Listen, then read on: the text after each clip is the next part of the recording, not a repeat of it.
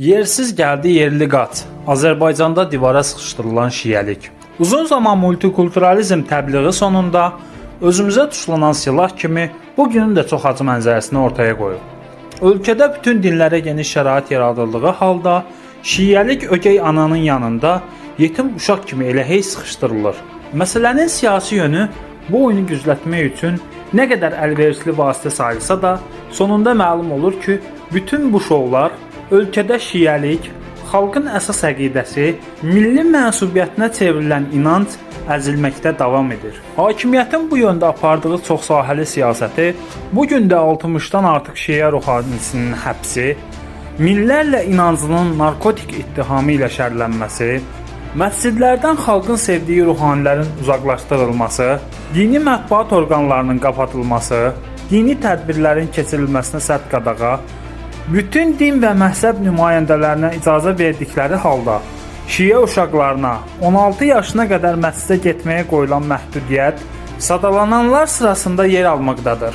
Əlavə olaraq ölkədə dəfələrlə silahlı münaqişə, insan ölümü və silahlı dəstələr halında xilafət yaratmaq üçün birləşən sələfilərə yaradılan münbit, şərait, şiə dindarlarının məscidinin həyətində ibadətinə qadağalar qoyulduğu halda sələfilərin küçə boyunca namazlarını polislərin də onları qoruma qanadı altında icra etməsi də şiəliyin hədəf alınmasına bariz nümunədir.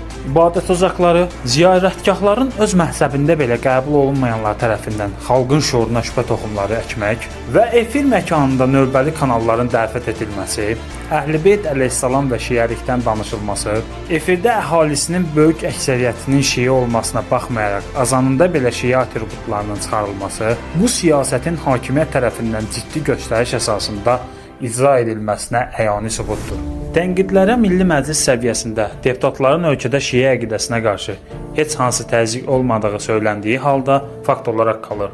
Artıq illərdir ki, sələflər üçün Ramazan bayramında məscidlər açıq olduğu halda şiələr məscidlərdə bayram namazı qıla bilmir. Baxmayaraq ki, hakimiyyətin 2 gün bayram elan edərək rəsmən təsdiqlədiyi bu tarixin sələfə əqidəsi üçün keçərli olduğu halda zəfərlər üçün qadağalar qoyulmaqdadır. Məsələnin aktuallığı Amerika Departamentinin illik hesabatında da əksini taparaq ölkədə şiə inanclarına qarşı diskriminasiya olduğu da qeyd edilir. Beynəlxalq müstəqil hüquq müdafiə təşkilatları belə Azərbaycanda şiə inanclarına qarşı təzyiqin ən yüksək həddə çatdığını bəyan edən çoxsaylı bəyanatları da ölkədə şiəliyin necə böyük təpki altında olduğunu göstərir. Azərbaycan hakimiyyəti bütün görünən və görünməyən güclərlə ölkədə şiə əqidəsini təzyiq altında saxlamaqla onu sələfi əqidəsi ilə əvəzləməyə çalışır. Bunun üçün çoxsaylı internet kanalları və sələfi ruhanilərinin geniş çıxışlarını da geniş şərait yaratması bu qorxunc planın icra edildiyini göstərir.